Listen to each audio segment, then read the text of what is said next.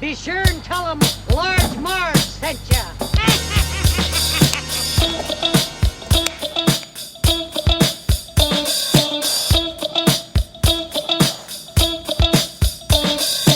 In the 90s, we were just teeny tykes. We went to movies and our bikes. We wanted to be DJs, but we were just teeny gals. So we went off to college and we remained best pals. 20 years later, we're still watching flicks and we're bringing you the favorite bit by bit. Sweetie and Sweetie are here to say it's the Large Marge Santa's podcast. Hey,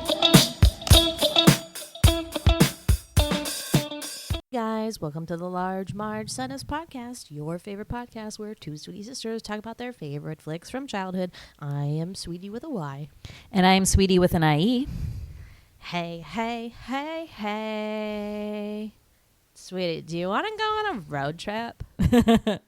Yeah, if we never get the fuck out of here. Do you want to go on a business trip with me to Seattle? Yeah. And then we can stop and have a picnic. Wait, I was like, really? And we'll meet some gnomes. So, wow. Today was a blast from the past, you guys. I know. Because I decided to pick a movie that is pretty old and one that is a classic, well, not a classic, but a Disney movie that I feel like not a lot of people have seen or that everyone has seen. I can't tell. It's one of those things where you're like, either we're the only two people in the world that saw this or everybody saw this and forgot about it, and like this sparks some memory in their mind or something. I feel like, okay, so for the record, we did the Gnome Mobile. And I also want to comment about our range because like last week we were doing this movie about like gender swapping and like tits and ass, like hot 80s shit. And then today we're doing the Gnome Mobile. So I just want to say that we are a podcast that covers all bases for sure. We're not restricted. We are here for you. Second of all, I would like to say that, yes, I agree with you because the comments that I received today were either, what is this film? I have never heard of it. Or I thought I was the only person who knew about this weird film. So it really was two ends of the spectrum there. It's either like you saw it and we're obsessed with it, Camp A, which the Sweeties were in, or Camp B, for some reason, like you saw all the other kind of you slept on this old old Disney ones. And because I feel like when we were growing up, there was whether like they were okay, do you remember if they were played like on the Disney Channel, and that's where you would have seen a lot of the like 1960s era Disney movies? Or was it like mom was like, oh man, I loved like the Shaggy Dog, so then we watched it? I think they were on the Disney Channel. Maybe. Right? I don't know. But we also rented a lot of them, and they had it made right. They were bootleg copies. They were rentals at the video store, like for sure. Like we've said before, in those puffy white clamshell like video things. So I was thinking like, and I feel like the 60s was this era of these like old Disney movies that carried into what like for 80s and 90s kids like became like were called old Disney movies to us. I guess they were like the Disney movies when our parents were that young. But I'm thinking like Pollyanna, so like anything with Haley Mills, the Shaggy Dog, like I just mentioned, the Ugly Dachshund. I fucking love that one where the Great Dane like gets raised by like a dachshund mom, and so it's like all these little dogs and like the one big dog. Do you remember that one? Ugly? That's yes. mean. Oh my god, I love it. He's not ugly. The Absent-Minded Professor, Bedknobs and Broomsticks, which we already covered. Herbie the Love Bug, all those ones. Babes in Toyland, the old one with Annette Funicello. So like those were ones we totally grew up with. And I will say, watching this movie tonight was such an amazing nostalgic experience. I cannot tell you, and I also cannot tell you how much I remembered every single scene of this movie. Oh my god. like some my god. Some maybe not as much, but there are some parts of this where I was like, wow, I have been storing that in my head for 33 years. Yeah. Like it was that crazy. I felt like I had shrunk down to like my former little child self, like watching that. It was so amazing. So thank you for choosing this. I'm glad we finally got to do it. It was a fucking blast. Yeah, but it's an oldie made in... When? So 1967. Okay. This was the last movie that Walt Disney really had like a hand in before he died. like producing it and really like choosing, you know, all like the key players. So believe it or not, guys, the Gnome Mobile is based on the story by Upton Sinclair, who also died quite soon after this movie was made. Yeah, I would love to read it. It's called The Gnome Mobile. One word, not two. And it's for children? I don't know. I didn't even like look into it, but that's pretty cool. So if you're not familiar, Upton Sinclair, famous writer for The Jungle, is for what he's known for, which was like basically an expose of the meatpacking industry in Chicago. Really don't read that book and like eat a hamburger. Just kidding. I mean, the reason that book is great because it started like actual, you know, rules and regulations in meatpacking. There wasn't any.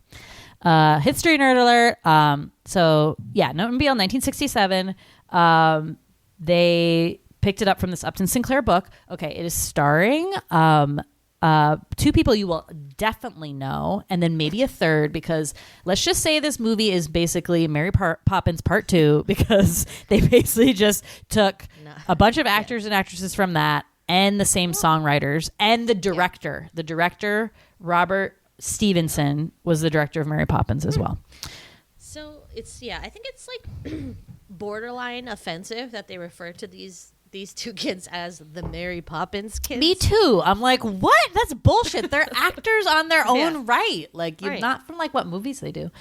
But they are like the exact same characters. They are Jane and Michael Banks for sure. Like, why do you have British accents? They don't even comment on it. Where do you come from? I don't know. So the main guy in this is Walter Brennan. So apparently he was a big actor in the 30s and 40s. He won 3 Best Supporting Actor Oscars. One of the only men to have pulled that off. He's from Lynn, Massachusetts. And he's from Lynn, Massachusetts. Towns over. Which is down the road, yeah. So he's really cool. I will say, so he plays the double role of DJ Mulrooney, which is like such an old Disney Channel like name, DJ Mulrooney. You know, you're just Isn't like that like Roger Rabbit or something? Exactly. It's like Roger Rabbit, like an old Disney. But it took me like half the movie to realize that he was the grandpa too, like both grandpas. And yeah, so he plays DJ like, and then Dobby the gnome. Not Dobby. Yeah, Dobby. Nobby. Dobby's from Harry Potter, you goon. Yeah. Nobby. I said, you goon. I'm going to call people goons from now on. So what was I saying? Oh, yeah, I spent at least 20 minutes looking through IMDb trying to find who Nobby was. And I was like, where is this motherfucker? I was like, why is he so far down on the list? And then I scrolled all the way up and I was like, oh, it's him. Well, I was really surprised. He was a totally different character. Yeah, it doesn't totally look like him. You can tell like a little bit sometimes when he talks, but I will say as a child, I had no idea that was the same character. I was not reading the credits because it says like loud and clear. We couldn't read. Well, yeah, probably. Walter Brennan like plays these two characters. But yeah, so he's this like old famous actor, like I said, big Oscar winner. Has no teeth in real life, guys. No teeth. So he was common. I don't know how he lost them or what happened, or just like bad tooth hygiene. But he was known for playing like old man roles that didn't have teeth because he could just be like, not wearing them today. And then he obviously wore dentures. But once I knew that fact, I was like constantly staring at his fake teeth and I'm like, pretty good teeth. You really fooled me with these dentures. I mean, and this is like 1960s dentures. You're like, dang, like those aren't bad. Do you know that Grandpa had dentures? Did you know that? No. I don't think you told me that and I was like, a full set? Might have been a partial, but still. Crazy. Where did he lose his teeth? I just don't understand why you lose teeth. Because I think when you're dental hygiene was sort of something that like wasn't done for very, more. It's kind of like a recent thing. Like our parents' generation, I think, is when they really started being like, brush your teeth. I think people like never took care of their teeth, so then they would just like kind of rot and fall out. They were just like beyond repair, so they would yank them all out, and then you'd have dentures. I know, crazy. Okay. So the two Mary Poppins kids, as Sweetie said, Matthew Garber and Karen Dautrice. So they are adorable as ever in this. Michael. Sorry, I'm going to call him Michael. I'm going to keep doing it. We can whatever we want. Their names are Elizabeth and Rodney. But Rodney cracked me up in this movie. Holy crap. His like little bucket head, like one greasy part that just like stays to the side. Oh my God. It was like... He's like almost acts drugged too. Like he seems not like with the it. Scene Yeah, this movie is like the scene in Mary Poppins where he gets stuck in the closet, except the whole movie is like. I love it because he's like little kooky and. Like, oh my god, he's so I don't know, kooky. it's funny. I just love it. The car scene is just an American classic scene of cinema. Like it's just so good. Oh my god. And then lastly, Ed Wynn. So he's basically like Mr. Disney. He was in so many Disney movies. So he was in Babes in Toyland. He was in Mary Poppins as Uncle Albert. Love to laugh, like on the ceiling. Sweetie's least favorite song. Least favorite song and part, but like that guy is fucking hilarious. Cracks me. That guy says like 2 lines, and I'm like, like he's such a nut. But also known, if you like listen to his voice, the Mad Hatter in Alice in Wonderland, the cartoon. Yeah. So Edwin sadly died before the end of the. He had throat cancer and didn't make it to when this premiered. He had already been dead. Oh my god! I know. And then I told you that sad thing about Matthew Garber, the little boy who only lived another 10 years. He got like hepatitis when he like went to India. That was like the saddest thing. I mean, obviously all this, bad stuff is going on in the world, but that was seriously the saddest thing I heard all day. I was like, that kid did not make it. You knew that. We talked about that when, like, every time we talk about them. I guess I forgot. When was Mary Poppins again? Mary Poppins, I think, was 64 or 5.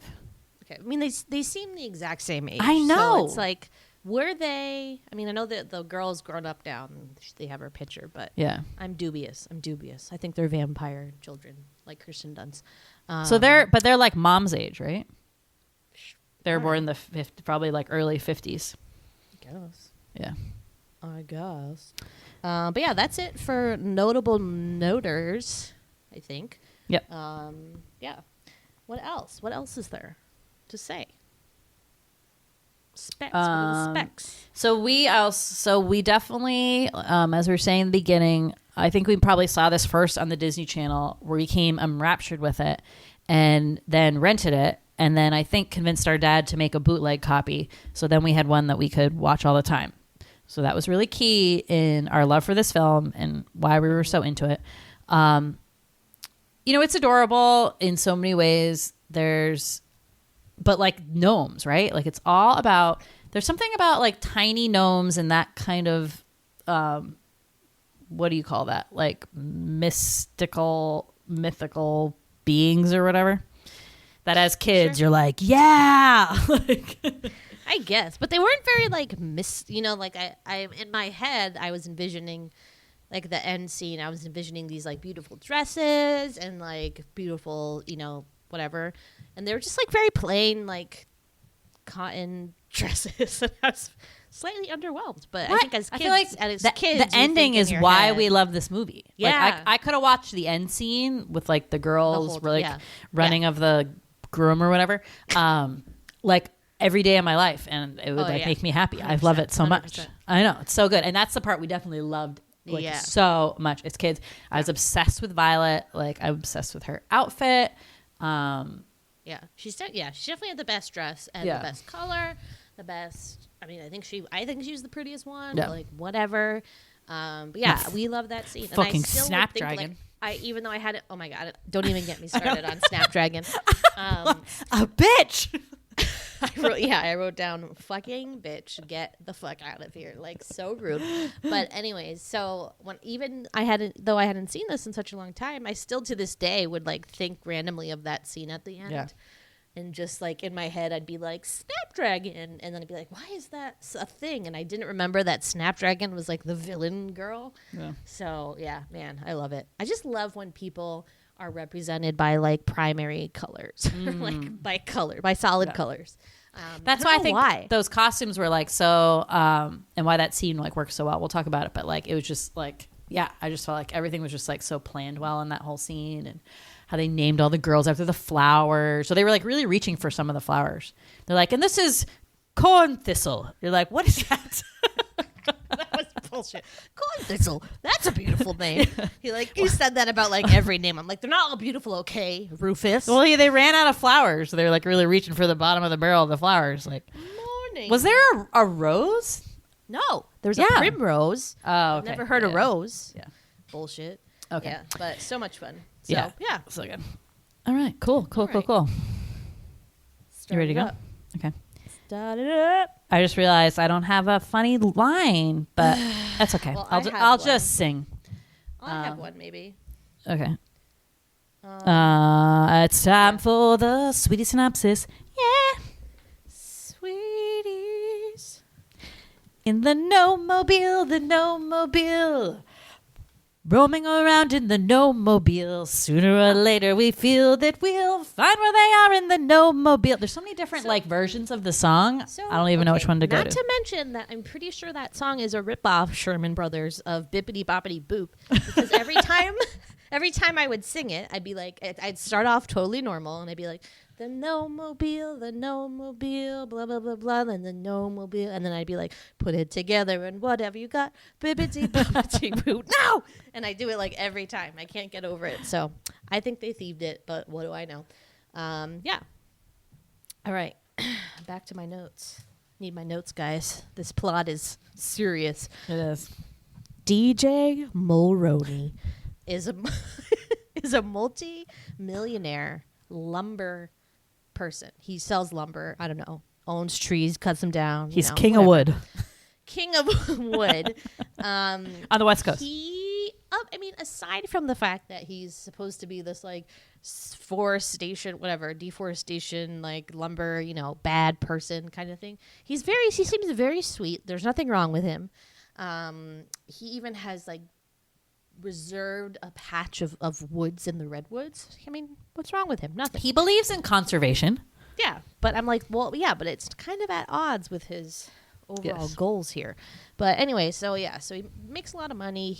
They have this big deal in Seattle that they need him to go up there to, I don't know, business talk, blah, blah, blah.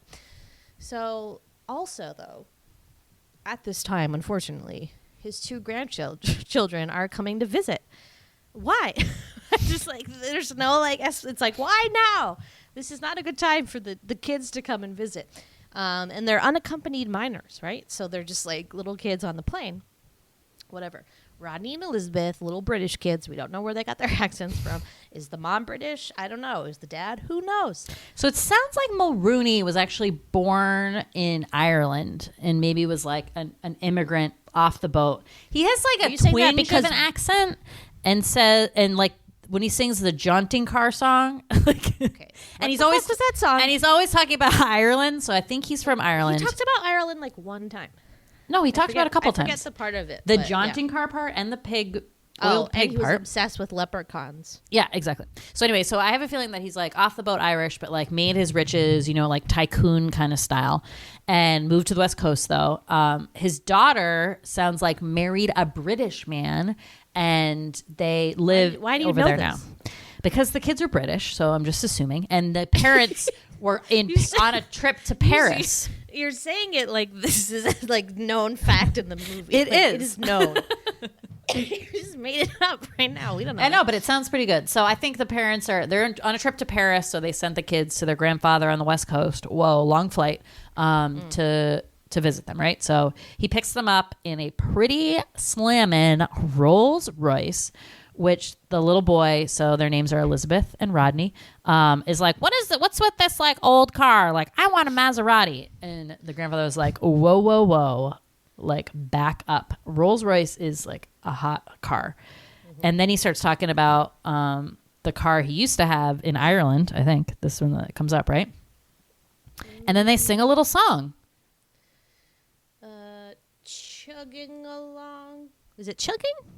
In me jaunty car, in me jaunting or is it car. Jaunting. Wait, jaunting along in my jaunting car. Yeah. No, but the first line is what? In me Chugging? jaunting car. In my No, the me very jaunting car. first line. Jaunting along Wait, on me jaunting car. Oh, it is. Okay. I wrote down at least 4 different versions of what I thought it was. And maybe one of them was right. Nope, they were all wrong. I thought it was either chugging, traveling, or that's it. And then for the second part, I was like, jauntin car? I was like, what is a jauntin car? Jonton? Nope. And then I figured it out a little bit. But not a great song. Not a great lyrics. It's clunky. It's clunky. Yeah, It's hard to say jaunting. It doesn't roll up the Yeah. tongue. Anyway, so they're sweet, grandfather weekend, let's go. Oh, yeah. So, but he's like, kids want to go on a business trip, Yeah. and then has to take them to Seattle. So but they think it's just a fun trip, basically. So yeah, so he drives. Yep. So they're driving, where? and he's like, I want to take this like beautiful scenic route through the redwood forest. So like, sweet. So it's like this beautiful highway through the redwoods, which is beautiful, and that's actually where they really filmed it, which was awesome. And he's like, okay, time for lunch, and they pull over, and Rodney's like, where's the restaurant? He's like, we're not having a restaurant, like we're having a picnic in these beautiful woods. We're having a picnic with 250 sandwiches. Okay, thank you for bringing that. Many sandwiches. Okay. So they pull out this picnic. We might be getting into the weeds here, but they pull out this picnic basket, and Rodney literally spends 10 minutes going through 100 sandwiches, and he's like, "Where's the peanut butter and jelly? Why were there that many sandwiches for 3 people?" He like names so 15 weird. sandwiches. It's bizarre. It was like the Mary Poppins bag of picnic baskets. Yeah. It's Oh my just, God. never So ending. Anyway, So great. not And he important to the finally story. finds a sandwich. No, Yes. it is. It's very important. It is. And so he's looking for sandwiches, and meanwhile Elizabeth is like, "Wow, a fairy forest," and she just kind of like wanders off on her own in this giant forest. Her grandfather's not that concerned. Whatever. So she's going along. She sees all these animals. And this part's very interesting because you're like a bird, a real bird. Oh, raccoon, real raccoon. And then all of a sudden it's like puppet raccoon. That was really scary. I was like, what's wrong with that raccoon? Whoa! He was fine a second ago. So Those turns out- puppets were pretty bad. Yeah. The birds, So I bad. was like, okay, the birds are embarrassing. just Put like, those don't away. even talk. They can just be tweet like in Sleeping Beauty, where the birds are the only ones that don't talk. Yeah. I don't know. So, so now we've met a gnome. So, Jasper the gnome. Is it? Yeah, Jasper. He's talking to the animal friends, and they see this little girl coming along in the forest. And he's excited for some reason, but like scared. And they're like, don't talk. But why does he want to talk to her? Like he thinks maybe just like anyone could help him with his problem. Yeah, so he sees, super I think, desperate. they see people occasionally, and he's trying to like identify one that he can trust that's not going to like, sell them to a freak show or, try to keep them as like pets or something like that. He needs to find someone with trust. So a child is good, right? And also someone who's going to believe in gnomes, because some people would just be like, I'm hallucinating and not believe. Totes. So he strikes up a fast friendship with Elizabeth. They just, sit on a stump and tell each other, I think, their life stories. So soon Elizabeth runs back to grandfather and Rodney, and she's like, Grandfather, you have to come, the gnome. And he's like playing along, okay, we'll go see the gnome. So they go to see the gnome, and he's not there, because now the raccoon is like, don't go out there. We don't know who these other people are. We don't know them. They could be bad. And Jasper's like, oh, but I feel bad. And they're like, don't worry about it, dude. Don't worry about it. And meanwhile, poor Elizabeth is like, Jasper! And like, this is the part I remembered so well, is like her screaming into the void And of like, crying. Jasper, Oh my and crying. God. And he's just standing there and like is about to let her walk away. And then he finally is like, oh, I can't let this happen. So he's like, hey, you. And then there's this, exchange or whatever. Finally, he comes out. Grandfather, DJ Mulroney, like, basically believes it right away, more or less. He's like, I'm a sane person, so, like, this is fine. Rodney's like, I'm not sure about this. This is weird. So we learn about the problem. What's the big problem, sweetie? So the big problem is that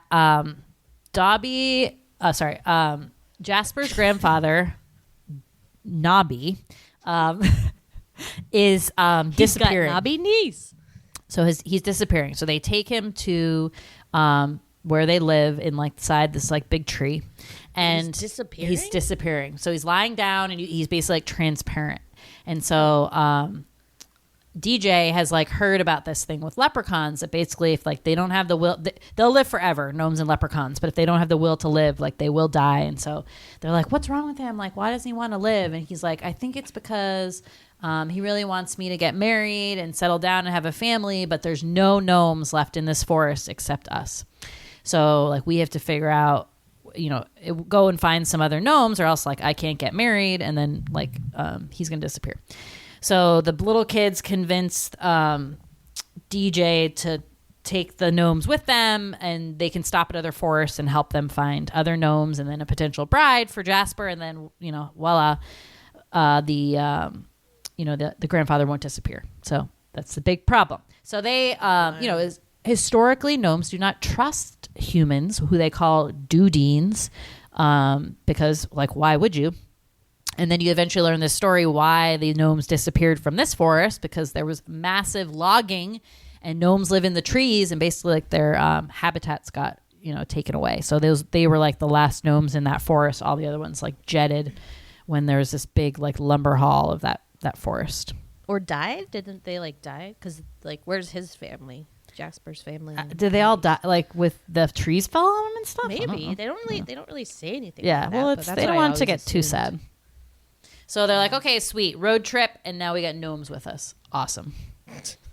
So now we sing a new song because Elizabeth was like, "Fuck that jaunting song," making up my own lyrics. So now the song goes, "The Gnome Mobile, hunting the gnomes in the Gnome Mobile. Sooner or later we'll feel that we'll sooner or later we will feel that we'll find where they are in the Gnome Mobile, and the Gnome Mobile, and the Gnome Mobile, hunting for gnomes in the Gnome Mobile." I question the use of the word hunting in that lyric. I feel like they could have been looking for gnomes would be fine. But the fact that they're hunting for gnomes just seems a little My favorite part is the tooting of the horn. He's like, toot toot, after every lyric. Oh, yeah. Like the old car horn. Good one. Yep. So they have a new song. Good. They got gnomes in the back seat, and they're on their way. So, but it's quite far to the forest where DJ thinks there's going to be some gnomes. Virgin woods is what they call it. So woods that have never been, cut down or any trees felled. Been touched. So we're gonna have to stop in this hotel. So but they do tell this story about how what happened to them and why all the other gnomes died or whatever happened to them. And then Nobby goes, and the worst of them was the Mulroney lumberjack people. And they're like, oh shit. How did he know what they were? Can he read? Yeah, probably. So because of this, DJ's like, okay, we're going to have to keep it a secret on the DL that we're Mulroonies, because they're going to flip out. Rightfully so, right? So they go to this Mulroney hotel. So he has hotels, I guess, up and down the freaking coast, and check in, but he doesn't want to tell the staff that he owns this hotel. So he's trying to sign in as a regular person. And they sneak, huh? Why would he hide his identity? Because he doesn't want the gnomes to know. Oh. So he sneaks the gnomes in a picnic camper. And then they're kind of making a lot of noise, and he tries to convince the hotel guy that it's geese in there making noise like humans. Meanwhile, this shady motherfucker Quaxton, who owns a freak show, horrible word, but freak show farm circus thing. He's there putting posters up. Hears all this and is are there little voices coming out of that picnic camper? So he's very intrigued. So finally the maitre, or not maitre d', what's it called? When you run the hotel concierge. The concierge is trying to tell them that they can't take pets in if it's a geese, whatever. And then he looks at the car and he's like, oh my God, Miss Mulroney, it's you, and screams it. And the gnomes hear, and Grandfather Nobby starts flipping out in the picnic camper. He has PTSD. Yeah, he does. It was traumatic with the timbers. He's let me out of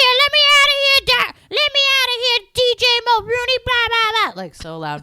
So they have to kind of hustle out of there. But now that Quaxton guy knows something's up. He knows something's up. So then Michael, DJ and Rodney go out because... Well, remember they get in a big fight with the gnomes. They get in a big fight with the gnomes. And then wait, why does he leave though? Why does he go again? But he does... To fix the car. He has to fix what the was car. wrong with the car? I don't know, but he's just I have to go to the garage, and then he goes, and then Rodney's like, "Can I come with you?" And then Elizabeth is by herself, and then fucking actual probably Satan Quaxton calls up Elizabeth and is like, "Hey, I have some really bad news for you. Your grandfather and your brother got in an accident. They're seriously hurt. And she's like freaking out, obviously. Like, what kind of maniac does this to a child? I couldn't even believe it. She takes off running. Almost gets hit by a car running after where she thinks they are or whatever. Sees them. They're fine at the garage. And the grandfather knows something's up right away. He's like, what do you mean someone told you we got in an accident? So they haul ass back to the hotel. And the gnomes are gone. It's too late. They're gone. And they don't even know where they are. They're like, someone just stole the gnomes and that's it. So he's like, okay, guys, we have to call someone that we trust. So I'm going to call my business people. And I'm going to get our security involved. And they're going to help us. So DJ, God bless him. But he starts the conversation like, just like right in there. He's just like, they got kidnapped. And his little assistant, Yarby's like, what do you mean? Yarby. Oh my God. I like remember Yarby like from my whole life. Yeah. And DJ Mr. like Yarby. doesn't. Yeah. DJ doesn't specify. Is not like, oh, he probably doesn't know anything about the gnomes because he hasn't been with us. Yet he keeps referring to them as like they. Yeah. And then Yarby's like, the kids? Oh no, have you called the police? And he's like, the kids? Nothing's wrong with the kids. It's the gnomes. That's when you're like, is he crazy? Like, I know like the gnomes are real, but I'm like, what the hell is wrong with you? But he knows that Yarby doesn't know that the gnomes. I just feel like he could have phrased it better. He could have been like, listen, what I'm about to tell you is very weird, but you have to trust me. Like he could have done it. He could have handled it better. Don't tell him until like he gets up there. Right. You can disguise the actual thing you're looking for. It could just be a missing person. So, whatever. So his guys think he's crazy. So they have the doctor. Wait, I just like lost his name. What's the guy's name? The assistant? Yarby. Oh, Yarby. So Yarby happened to be at the doctor's office. And so the doctor like overhears DJ talking about gnomes. And he's like, he doesn't need a private investigator. He needs a psychiatrist. Like that guy's lost his marbles. So they like concoct this plan to like fake convince him that they hired a private investigator, but actually take him to a mental hospital. Like, okay, again, and DJ, when they like roll up to this mental hospital, he's like, wow, this private investigator's done pretty good. Like, dude, it's not his house. Like, think about like it. Men in white white like scrubs or whatever. Like, hello. So they're still on this under this ruse that like, okay, this the psychiatrist is this private investigator. So he's telling him the whole gnome story, and the private investigator's like, oh, like who else saw these gnomes? You know, like asking all these like inane questions. Did you recognize the psychiatrist? I don't think so. You didn't He mention anyone else was we knew. the lawyer in Miracle on 34th Street. Oh wow. For the prosecution. Oh. Yeah, who is like the little son who like hates him because he's like haven't seen that in a dog's age. Oh, I've seen it like twice in like a year. So good. Anyway, I recognized him. He looked different in color, but what can you do? Christmas season. Yeah. Yeah. So he's convinced. He's like, I've learned everything I need to know. And then the two guys in the white come in and like take him away, give him this like nice night dress and this slippers. nice room. Yeah, it's not like any mental institution I've ever seen. I don't think you can just do that. Like that guy had a lot of money. Like I don't think you can just be like one random person, like your assistant can be like, this person's crazy. You know, like, I don't know, like that's allowed. Like you usually like you have to be a danger to yourself or others. Like you can be seeing gnomes all you want. Maybe things are different. It was a different time. Yeah. So so he gets taken away. The kids are being babysat by like the doctor's secretary. That's like such a bullshit thing. I was like, oh my God, this is just like in Mad Men where it was like any woman was just like, hi, can you watch my kids? Thanks, bye. It was like, it's a bullshit thing, but whatever. So Yarby calls the secretary and like tells her the sitch. Little rascal Rodney just kind of like creeps over to the phone, picks it up and listens, finds out that they committed the grandfather and they're going to like, I don't know, take his brain out or something. No, I don't know. Do they specify what will happen past today? Like long term? Well, no, but he's just like locked up and they need to find the gnomes. So like, we got to get him out. Yeah, we got to get the fuck out of here. So Rodney takes, they escape. He takes his little purse radio and puts it to the door. I remember that so well. And being like, oh yeah, he had that little purse radio.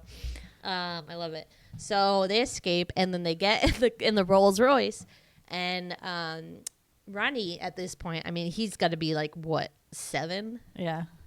He's like, yeah, I'll 7 or drive. 8. Yeah, He's so like, confident, that Rodney. He's like, she's like, you're too young. He's like, yeah, but what else are we gonna do? And then, like, gets in the car, is way too short, can't reach the pedals. No, and I love his other rationales. Like, it's grandfather's car. We're taking it to him. What is wrong with that? So Elizabeth gets down at the pedals, and she's gonna operate those. So he, like, for some reason knows to do something with, like, I don't know, some switches. I mean, and wasn't that a stick shift? Don't even get me started on how Rodney figured this out, but whatever. So he gets it going, goes in reverse, whoops, do a different gear, he goes. So they're just like driving along, and the car on the screen is like very crazy and like crashing into things, and they're just like la la la la la la. You're going, oh, don't hit the brakes, and it's like very chaotic, but whatever. So apparently the grandfather's just like a little ways down the road, so I don't think it's a huge traveling issue here. They arrive. This car, and did you happen to investigate whether all Rolls Royces had a little tool shelf in the car, or was it just grandfather's? But there's this little drawer that they pull out, and he gets like a saw and a hammer, and he's like, I'm going to go rescue Grandpa. So, shimmies up the drain pipe, walks on the ledge. He's like, I'll find Grandpa because no one snores like Grandpa. And would you know it? He's snoring away, even though literally 5 seconds ago he was fuming mad and was like, "You can't take my pants." But now he's just sleeping, and I don't think they sedated him because he wakes up pretty. They have him in a locked room, and they have like these guards, like all in white outside, keeping like guard. So keeping watch. There's some security, and there's bars on the windows. Yep, bars on the windows. So Michael finds him, wakes up his grandpa, throws a hammer at him. Rodney finds him, throws a hammer at him, wakes him up. They have to escape by sawing one bar off, and which personally I think was not enough bars. I think that we could have gone for 2 guys, but whatever. I was like, there's no way he's gonna fit through there. But so the guard guy like hears something weird, so he's about to walk in on them, and then he hears him not snoring anymore. I said Michael again. He's just gonna be Michael. He's just Michael now. So then they fake snore and saw away. They get the bar off, and then Grandpa, they escape. There's this terrifying chase scene where DJ is wearing, like I said, a night dress, and he's being chased by this guard dog. And it's just like, it made me so uncomfortable because I was like, what's going on under that night dress? I could just picture like old man balls just like flying all over the place. And there's this one part where he like he leaps up to like grab the tree branch, and it's clearly like a younger, much more spry man, and you're like, whoa, what is happening? Wait, hold on. I want to go back to the part where he's very like limber old man. I don't know how old he's supposed to be. Let's say like he looks older than this, but maybe he's supposed to be like 65 or whatever. He looks like 70 maybe, but I think he's supposed to be a little bit like more limber because he like does a lot of stuff. So anyway, he shimmies down, he like is he gets out of the window. He's like on the side of the building. He shimmies down the drain pipe, and Rodney, of course, goes ahead of him. He weighs like 40 pounds, so he has no problem like shimmying down the drain pipe.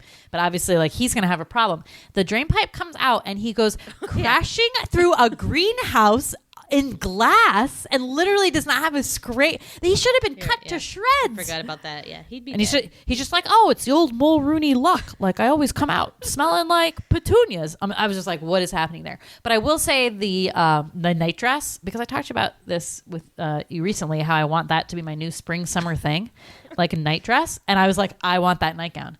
That seems cozy to me. That long night shirt kind of a thing. I thought you were going for like a night dress, like a nighty night dress. Well, I am because of spring and summer, but maybe that's like my winter now you gown. Want a night shirt. Yeah, but like for the winter months, yeah, sure. Okay, well, put it on your list. I'll put it on my list. I know. But yeah, so they escape. But they get away. They get away. They drive off. Burp burp. And then they go to. They're like, where could the gnomes be? And Ronnie's Who like, saw the gnomes? I know. Right. And he's like, oh, I know. He doesn't have that accent, but I like to think of the Bed Knobs and Broomsticks kids. They're basically the same character. And he's like, oh, I got this card from this freak show guy. Like, he may have the gnomes. And Grandpa's like, he definitely has the gnomes. So they, like, go on a search for that guy. And they, like, go to this gas station. They ask around. They go to this trailer where they find not Walt Disney. But I thought it was Walt Disney pretty much my whole life, that guy. Who is that? He's in something else, too. Yeah, he is. And I thought he was Walt Disney in that. The woman is, too. I think the woman is in another movie, somebody, too. Definitely. But they're at the freak show place. Yeah. Yeah, and they tell him where he is or whatever.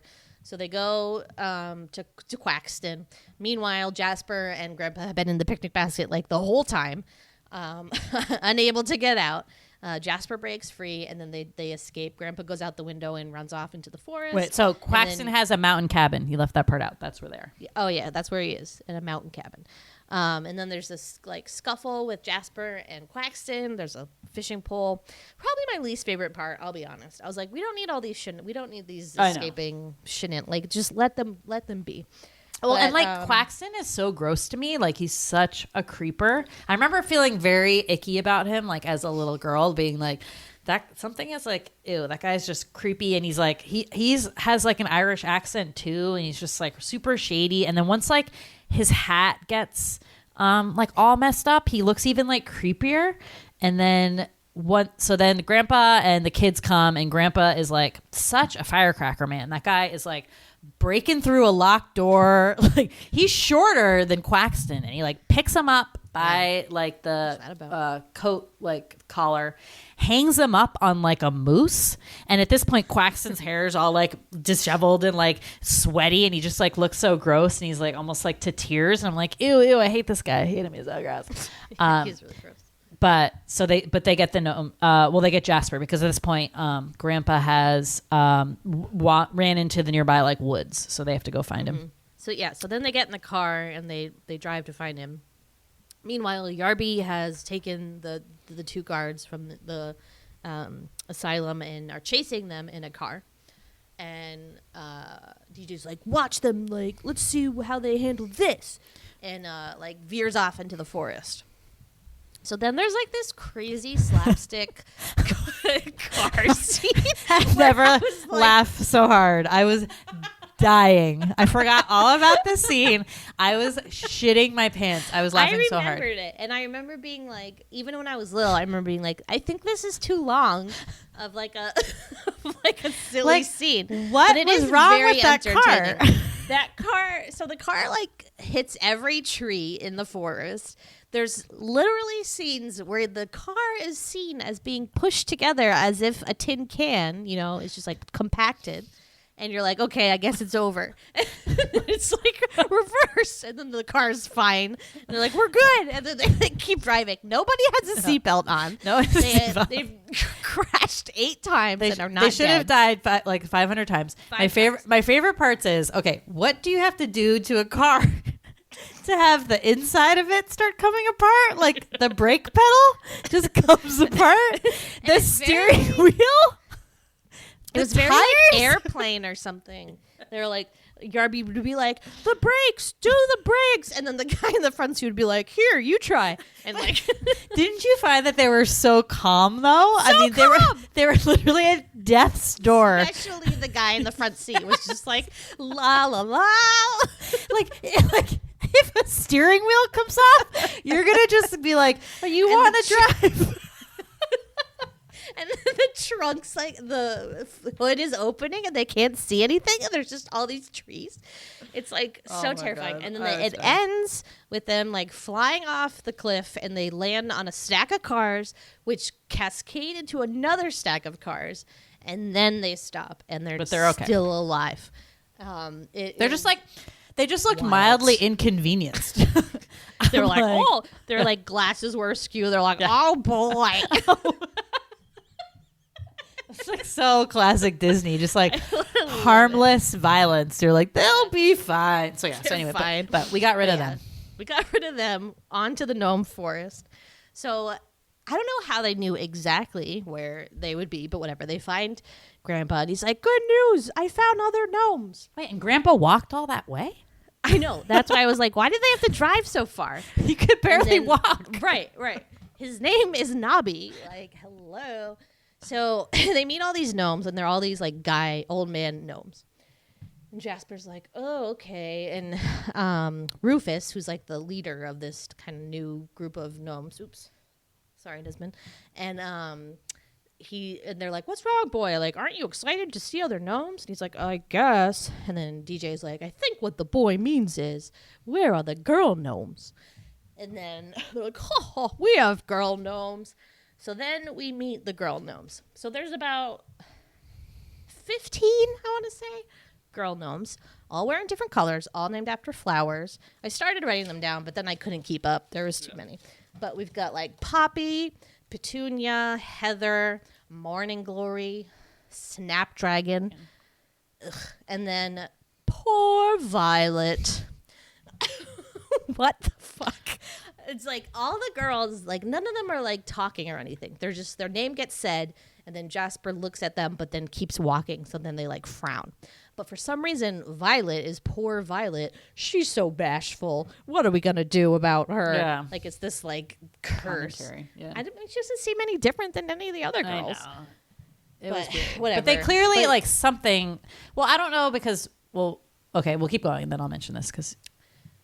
Yeah, are you going to say that it seems like she's being bullied by the other Yeah, girls? but is that because like Jasper makes it apparent that he likes Violet because his grandfather's like, who are you choosing?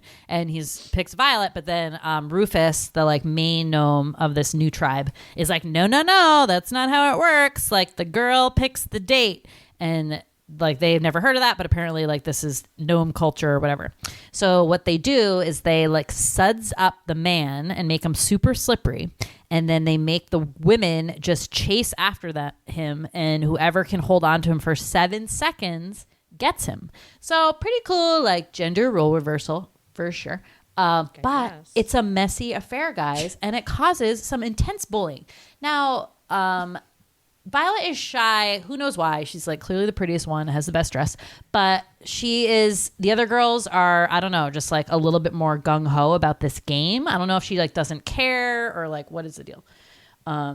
Yeah, she doesn't try very hard because the rest of the girls are like running around like crazy people. Right. And she's just like, la, la, la, like walking through the forest. I mean, basically it's like gives up. Yeah. a gnome bachelorette. I mean, a gnome bachelor because And the show The Violet's Bachelor. And Violet's like the quiet girl Yes. who like isn't really getting camera time, and you're like, Right. she's out. Right. But Jasper still likes her a lot, and so he's trying to get with her. So he's basically running away from all the gnome girls and then trying to find Violet. So it's like this kind of comedic Yeah. tussle and more slapsticky kind of things. Right, and he's So all slippery. yeah. Like flying around and like shooting around. For some reason, only he can do like the high air jumps or something. I don't know. But Yeah, that was interesting because I do remember that. Like one of the big gnome trick is that they're like gummy bears. They're like jumpy gummy bears after gummy berry juice. They're like boing boing. it's a little more floaty. It's like they just are like weightless. But basically it's very crazy, and then finally it ends with like a pig pile, and then they tear the girls off, and Violet's the winner. So the prize is they get to be married right away and start having babies. And then DJ's like so moved by this, and he's like, I have an announcement. As a wedding gift, I will gift you this virgin woods, and I won't tear it down in my lumber company. And they're like, yay! They're like, 3 cheers for DJ Mulroney! And then he's like, any young gnomes and gnome women would like to follow me? We can start a new colony. So don't worry, all the girls that didn't get Jasper in the gnome competition, because all of them all of a sudden have a boyfriend. So everybody wins. Yeah. And they all go off in the Gnome Mobile, and then they're all singing the final version of the song, which is the Gnome Mobile, riding along in the Gnome Mobile. I don't know the words because I always get it mixed up with bippity boppity boop. But there's there's different lyrics throughout the whole movie. They change. It's hard to remember. But yeah, happy ending. Jasper gets his bride. I mean, it's not like anything really changes for DJ. He's still going to be like a lumberman and be cutting down forests, but he's just not going to cut down that forest, right? Yeah. Even though it's a coveted forest. I think he has a newfound appreciation for like what he was cutting down or something. Yeah. I mean, I don't know. Is it a movie about like save the trees? Maybe. I don't know. They don't seem very like sad about it. They're like, oh, we only won't cut down this one, but we'll cut. I don't know. It seemed strange. But yeah, sweet movie. It seemed very long. Like it felt very long to me. And then I was like, what's this runtime? I was like, what's the runtime on this? I'm already an old man. It was only 84 minutes, which is not very long, but it seemed longer. It's short, but from a kid, I'd like really like the whole part from when they meet them to then like the girl gnome part, like that whole middle section. I did remember once I started watching it, but I was like, yeah, that part seems very long. I'm like, when do we get into the gnome stuff? You know, there's like so much non-gnome stuff. Yeah. You're just like, come on. But the middle part is funny, and as an adult, like I said, I laughed at like a bunch of parts. Yeah. Obviously, I definitely remember most the girl like pig pile scene, that whole thing again. Like we were obsessed with it. We love the dresses. I love when they're like on the vines and stuff, and Violet becomes like a trapeze artist, and she's like, oh yeah, the one line she says, Jasper. And it's like she has a voice like every like woman in Disney movies. Like I don't know, it's like this classic like voice. It's like Jasper. What's the part where she like gives up and then she's like walking away sad and dejected? I'm like, girl, don't give up. That happened like 3 times. And I love when the grandfather's like, come on, Violet. Come on, Violet, don't give up. You can get it. You can do it. I know the grandfather's awesome in that scene. Yeah. Yeah. But yeah, I think he's funny. I think he's great in general. I really enjoyed Nobby. I thought he was really funny. Well, okay. Did you catch this line when the Rufus is like, come on. He's like, come on, girls. And he's talking about how silly they are. And he's like, girls are silly. Don't you think so? And he turns to Nobby and he's like, I don't. Oh, I thought DJ said that. No. Oh, no. Yeah, it was Nobby. Yeah. He was like, yeah, he's a feminist. Nobby's a feminist. I know. I love him. He's adorable. I love him so much. So, yeah. So I remember that a lot. I remember the snoring scene so well. Oh, my God. I was dying on the inside. I was like, I have been missing this in my life for so long. I don't know. I just think that is so funny. I kind of hate it, though. It kind of reminds me of the burping scene in Willy Wonka. And it's like, it just kind of like goes gross. Well, and then I was like trying to fake snore. And I was like, that's really painful. It is painful. But my favorite thing is that like, so when they're doing it, first it's like a double snore when like the grandkid, like Rodney gets into it. And then once they're sawing the bar off, and it's so loud that the guard is like so in pain, and then he has to get earplugs. Like, dude, think about it. Like he gets 2 cotton balls and jams them all the way in his ear, which seems very unsafe. And he's like at peace, and he's like, peace at last. Oh, totally. And yeah, the only thing that wakes him up is when fucking DJ falls in the greenhouse. So, yeah, they fooled him mostly. I remember that scene a lot. That was really, really funny. And then I didn't really remember like the car falling apart scene, but I thought that was hilarious. And the driving, oh my God, it was insane. And, like, it's just so funny that Jimmy and I were laughing because that like speed up driving when they took like that turn, the car just like speed, like they just speed up the film. And then there's one part where they turn the camera on Elizabeth, and she's not pushing the pedals at all, but the car is in motion still, like super fast, and she's not even doing anything. I'm like, hey, like, that's not accurate. Yeah. But it is really funny though. I think that's always a funny scene to have a child driving a car. Okay, a part that really bothered me was the gas station attendant, and I remember this bothered me when I was little too, and I'm still like very sad about it. So they meet this gas station attendant who, for the record, is not very nice to them. He's like pretty rude. Like they pull up. He doesn't know the answers to the questions. He doesn't know the answer to the question. He's just kind of being a jerk. Like he's just like, nope, yes. He does like yes or no questions. So then he gets brought in again when like the assistant and the security guards from the mental institute are like trying to find them, and they're like, "Have you seen a guy with 2 kids and like in a Rolls Royce?" And he's like, "That Rolls Royce?" And so they're like, "That's the car. Step on it." And it's one of those scenes where like they're at the gas station and the pump or the hose is still attached to the car, and then a car goes and then it rips off the hose and like gas is everywhere. And the look on that guy's face makes, and like also gas, it's water, but like it's supposed to be gas, like clearly water coming out of the tank, and he's like trying to like hold it, push it. I'm like, what are you gonna do? What are you gonna push it in with your hands, buddy? It's like shut off the gas. So and like the money's coming up, and it just like it breaks my heart a little. Even though he's a jerk, I'm like, what was he gonna do? It's his livelihood. I What know. bothered me is that it was like so clearly water, and Yeah. sometimes he would like, and I know he was just moving his head to look at how much money he was losing, but it kept looking like he was trying to like drink it. Drink it, yeah. And I kept being like, no, Don't drink it. so don't drink the gasoline. Yeah. But So I that part know is I know super they sad. tried to set up that guy as being like kind of a jerk, but I was just like, oh man, like that sucks. And then the only other thing they'll bring up is that I always find the movie phone number situation like so funny. So, you know, for current movies, like they give like a 555 like 3420 when they do like phone numbers in movies. Now, older movies, like I think phone numbers were slightly different, but I don't think that they were as different as sometimes they appear to be. So like in this one, he's like, if you need like what's his name? The assistant. Why can I never remember his name? It cracks me up. Yarby. Yarby, Mr. Yarby. He calls like the woman who's babysitting the kids, and he's like, okay, if you need to reach me, like we'll be at this number. And the number is like literally an address, Klondike 5301. Like that's a phone number? That is how phone numbers were, I think, because you had like was? those switchboards, and then like every like city had like a I don't know, like a thing, and I don't know. I think it worked like that, and then there was just like too many people, and then they moved away from it. Oh, okay. But I think it was like that, because I remember reading like old plays, and old Hitchcock movies are like that too. Yeah. But, yeah, that is funny. Do you remember this? Okay, I have this memory, and I don't know if I dreamed this or if this really happened, but I remember we were watching some movie, I don't know what, and literally the number that they type in this movie on the screen was like 255-6727, which was our phone number growing up, and we were all like, oh my god, and I can't remember what movie that was. How could it have been? Because I feel like they all, like I said, they always use the 555. Not was it always. 555-6727? Maybe, but I thought it was the actual one, but yeah, it must have been just 255-6727. I had to say the whole thing to remember it, but yeah, phone numbers are. We should fun- call that number fun now, see if stuff. anybody has it. No. Who are you?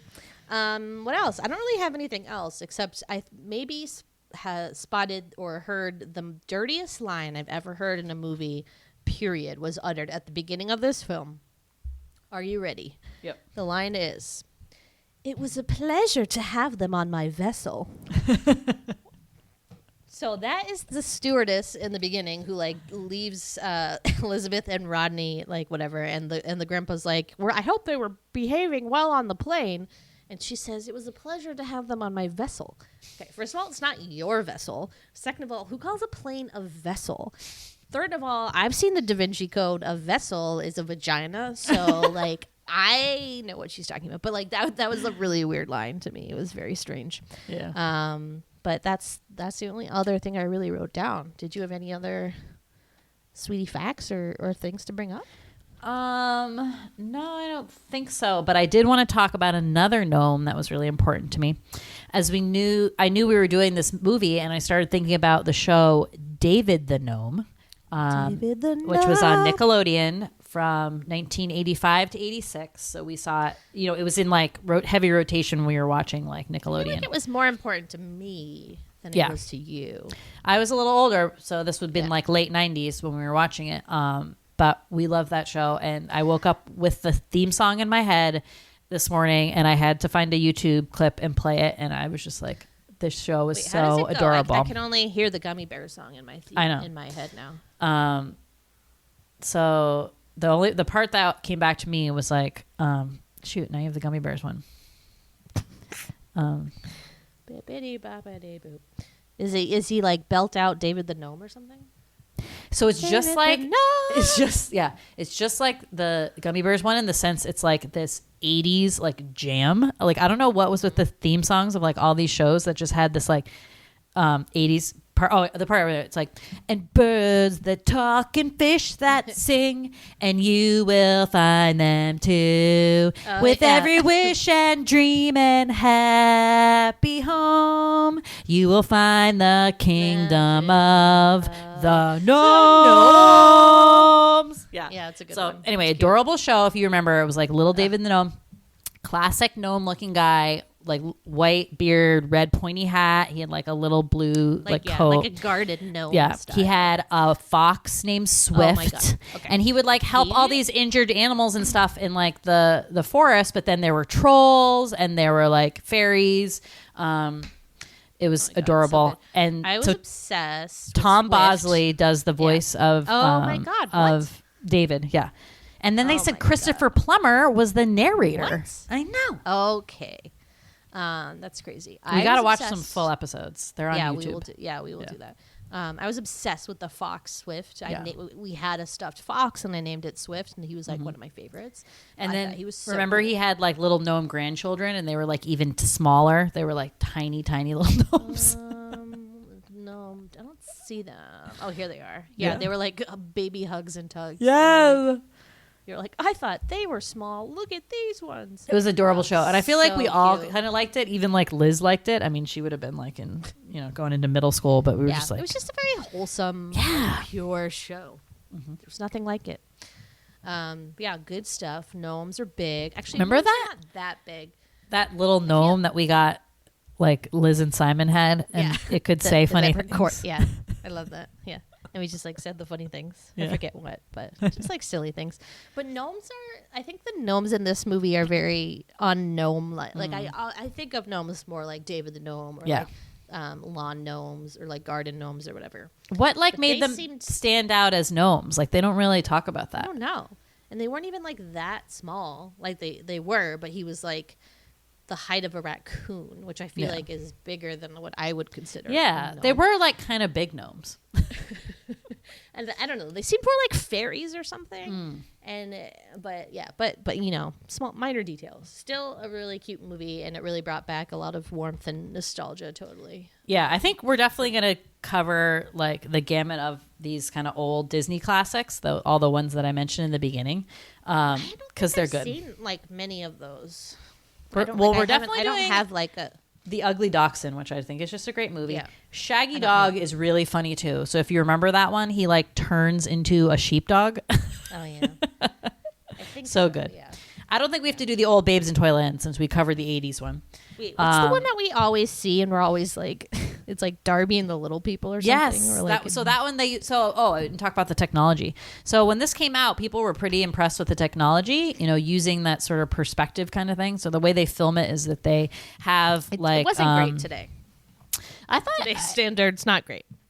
but it's the same technique that they use. So they use it in like Lord of the Rings, that they have the character, the bigger characters stand closer to the camera or whatever. I forget like how they do it. And they like, I don't know. They filmed them totally separately. I don't think it was like the Lord of the Rings thing at all, because in Lord of the Rings it would be like Gandalf and Frodo in one scene. In this, it was always only the two gnomes on screen at a time. And if the bigger people were there, they were like in front of them. Yeah, Like so that's how they did they it. filmed it separately, and then they Right. inserted the So it other, was the gnomes mostly later. separately, but sometimes they were with them. So they did do that technique when they were kind of just like staggered. But then they did like stuff with props, obviously, to make it so like they were in like rooms and stuff, or like the wood siding of like the cabin, looked like really big to them. Or the back seat of the car, which I guess is like in some museum, like because they had to have like a life-size version of that Rolls-Royce back seat. But at the time, people were really like very into that technology. But yeah, there's the other one that Disney did was called Darby O'Gill and the Little People or something. So that clearly is leprechauns, right? Who were those little people? Oh. Is it the Gnome Mobile Part 2? So that was DJ from Goes Home. 1959. So that was like quite a bit later. Darby O'Gill and the Little People. So that's like full on Irish. We could do that one. Oh boy. Yeah, I don't recognize. Oh, it's like Bill Murray. Oh my God, Sean Connery is in it. Hello.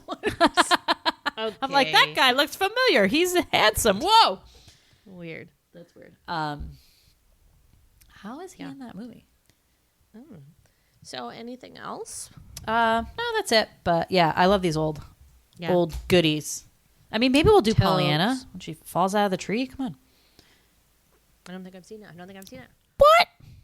I know it's shameful, but Where were you know, you? just whatever. So, anyways, yeah. Have you seen the Gnome Mobile? Do you like it? Do you want to talk about it? You should find us on Twitter at the Sweetie Club or on Instagram at Large Marge Sent Us. Thank you, as always, for listening. Bye. Bye.